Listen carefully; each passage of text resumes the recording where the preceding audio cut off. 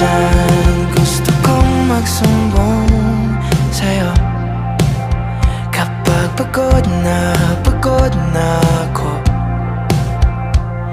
Tama pa bang init na yakap mo ang